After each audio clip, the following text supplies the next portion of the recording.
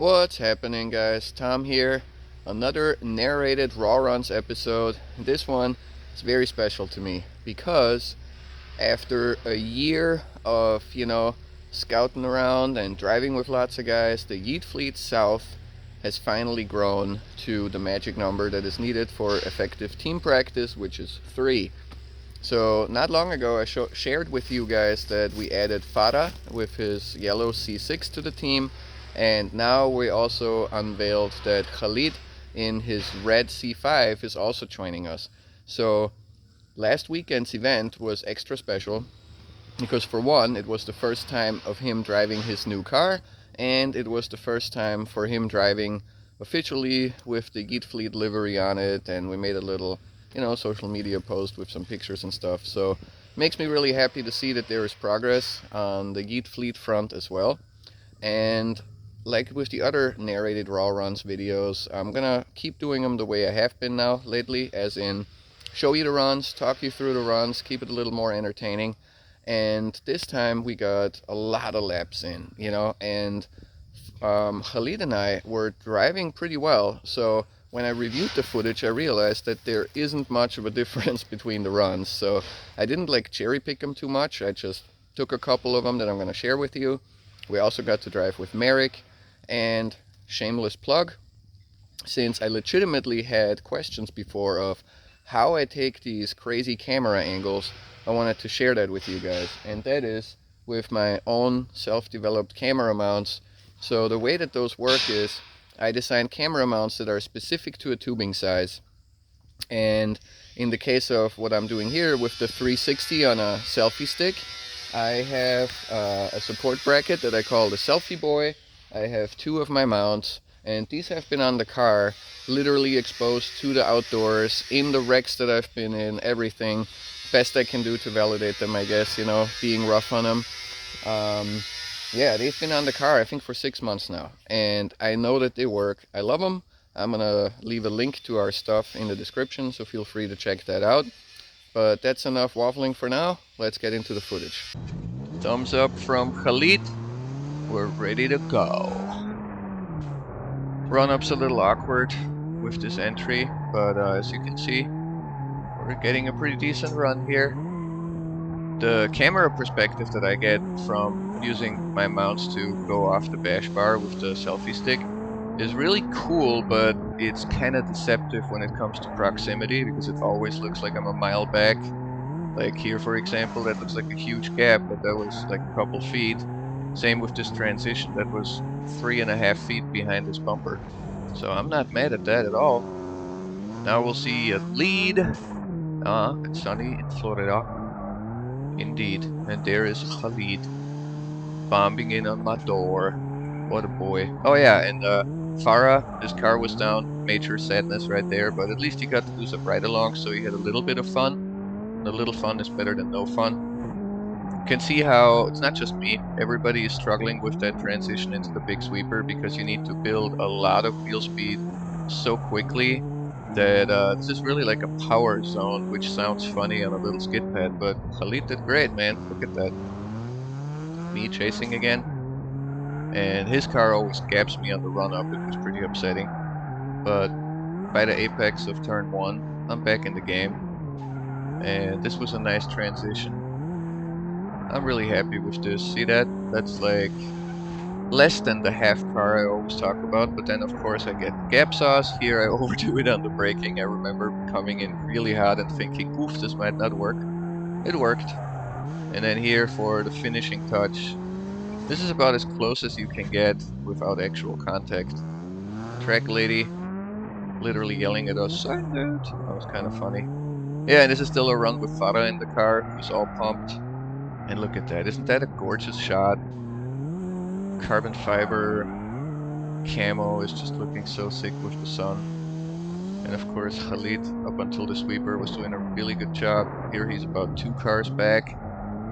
But he's closing the gap, he's on a tighter line. And we're back in business. There he is, attaboy. Watch when I chase him, I am very picky when it comes to my chase line. Like, especially when we were in practice like this, I always focus on mimicking the lead line. So when you look at where my front wheel is, which is basically right under the headlight cover, in some angles you can actually see my tire. Yep, like right there. I am not aiming for middle door. I'm not aiming for front door. I'm trying to position my front wheel against the rear wheel because the way the geometry works out with the shallow angles that we run, we're only drifting at like 35 degrees of yaw or so in grassroots. That's, in my opinion, the correct chase line where you're literally on the same line as the lead car. Here comes my Habibi. Made a little steering correction there to take a bite out of the line to get the proximity he's after. That was a clutch kick on his part, I'm sure, and there he comes.